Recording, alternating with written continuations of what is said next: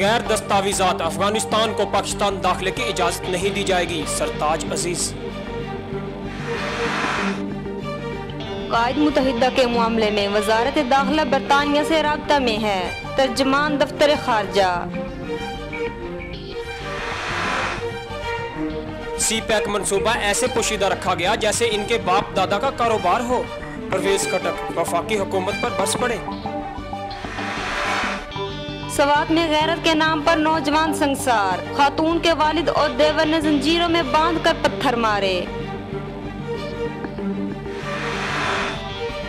नारोवाल बरसाती नाले से मिलने वाली भारतीय साख्ता एंटी टैंक माइन तबाह।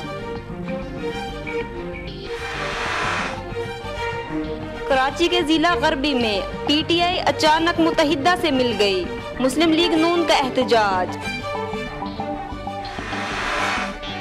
कराची में डाकुओं की फायरिंग, एक फौजी जवान शहीद। अवाम बच्चों की अगवा की खबरों पर ध्यान न दें, जस्टिस साकिब निसार।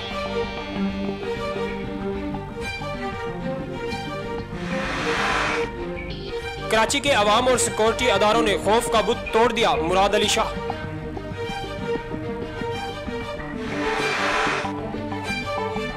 पाक अफगान सरहद पर सिक्योरिटी और निगरानी सख्त की जाएगी, सरताज अजीज।